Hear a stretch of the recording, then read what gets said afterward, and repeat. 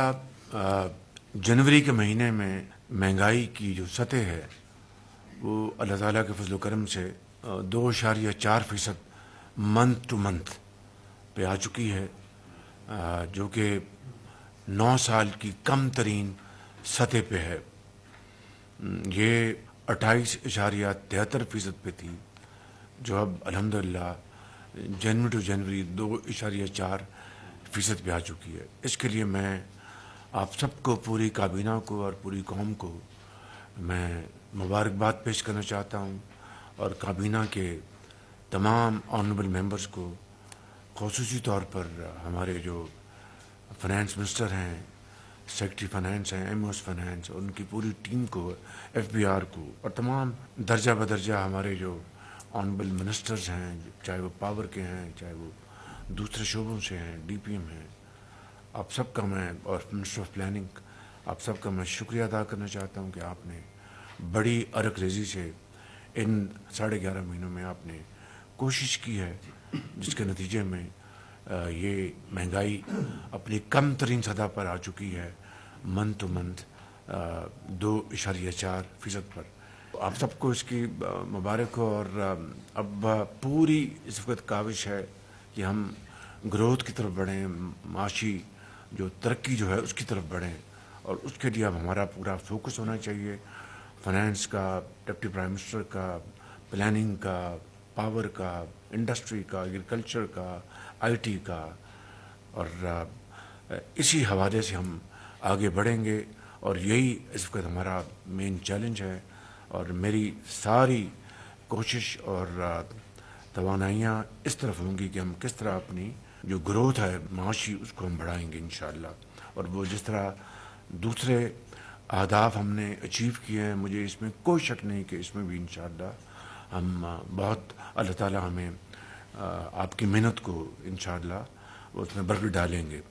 कल सऊदी अरब के साथ जो हमारा एक इंतहाई बरादर मुल्क है और इंतहाई पाकिस्तान के लिए वो बेहतरीन ख्यालात रखते हैं, तो हमारे जो भाई हैं क्राउन प्रिंस मोहम्मद बिन सलमान, उन्होंने कल वफ्द भेजा था, और जो हमारी जो ऑयल फैसिलिटी है जो कि 2023 में 10 महीने थी, तो वो फिर दिसंबर 2023 में ख़त्म हो गई थी।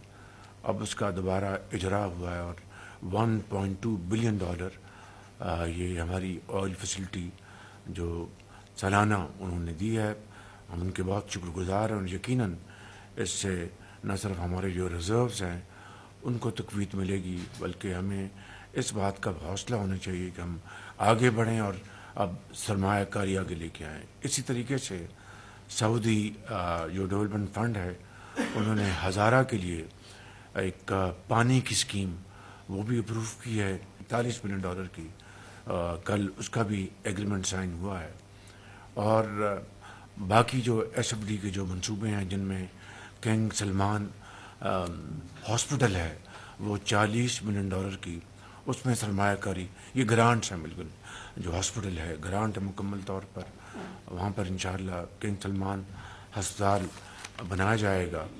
और कल 5 फरवरी है, और यौम यकजहती कश्मीर, पूरी कौम इंशाअल्लाह कौमी जज्बों से और मिली जज्बों से इंशाअल्लाह इसको मनाएंगे। और कश्मीरी अवाम की जो वहाँ पर मकबूजा कश्मीर में जो उनकी आज़ादी के लिए जो उनकी तहरीक जारी है, उससे इजहार यकजहती पूरा पाकिस्तान इंशाअल्लाह कल साबित करेगा, कराची से लेकर पेशावर तक इंशाअल्लाह। इसी तरीके से कल अल्हम्दुलिल्लाह 2 सूबों में जो हमारा एग्रीकल्चर टैक्स है, और जो एक आईएमएफ की एक रिक्वायरमेंट भी है, कल सूबा सिंध में उसको अप्रूव कर दिया गया है, और सूबा बलूचिस्तान में वो अप्रूव कर दिया गया है। अब इस तरह 4 सूबों ने ये रिक्वायरमेंट जो है पूरी कर दी। और वैसे भी ज़रूरी टैक्स मैं समझता हूँ कि वक्त की ऐन इसका तकाजा है। इसमें सबसे पहल صوبہ پنجاب نے کی. میں وزیر اعلیٰ پنجاب کا بہت شکر گزار ہوں، وزیر اعلیٰ کے پی کا، وزیر اعلیٰ سندھ کا اور وزیر اعلیٰ بلوچستان کا. میں ان چاروں صوبوں کے وزراء اعلیٰ کا بےحد ممنون ہوں کہ انہوں نے پاکستان وفاق کے ساتھ مل کر جو پاکستان کی جو ایک بہت بڑی ذمہ داری تھی اس کی ادائیگی کے لیے انہوں نے آگے بڑھ کر انہوں نے فیصلے کیے ہیں. اس کے لیے میں یقیناً جناب آصف علی زرداری صاحب کا بھی شکر گزار ہوں اور بلاول بھٹو صاحب کا بھی شکر گزار ہوں اور میاں محمد نواز شریف صاحب کا بھی کہ جنہوں نے اس معاملے میں ہماری بھرپور معاونت کی ہے. اور اس کے لیے میں سمجھتا ہوں کہ سب صوبے ستائش کے حقدار ہیں. رمضان کی آمد ہے اور میں سمجھتا ہوں کہ اس کے لیے میں نے منسٹری آف فوڈ سیکورٹی کو ذمہ داری دی ہے کہ یوٹیلیٹی سٹورز کے بغیر وہ رمضان پیکج لے کے آئیں گے تاکہ کرپشن نہ ہو، خراب مال کی تقسیم وہاں پر خریداری نہ ہو. اور اس کے لیے ایک پیکج جو لے کے آئیں گے. میں نے کئی مہینے پہلے یہ کہا تھا کہ یوٹیلیٹی سٹورز کے ساتھ اب یہ معاملہ نہیں چل سکتا. پچھلا سال جو گزرا ہے رمضان شریف کا جو ہم نے دیکھا ہے بے پناہ شکایات تھیں. باہر کے اب اس کا ہم نے حل یہ نکالا ہے کہ مائنس یوٹیلیٹی سٹورز یہ پیکج لے کے آئیں گے انشاءاللہ. آپ سب کا بہت بہت شکریہ، آپ کی ان تمام کاوشوں کا بہت شکریہ. مل کر انشاءاللہ ہم یہ ایک قوم بنے گی اور عظیم قوم بنے گی. بہت شکریہ جی، تھینک یو.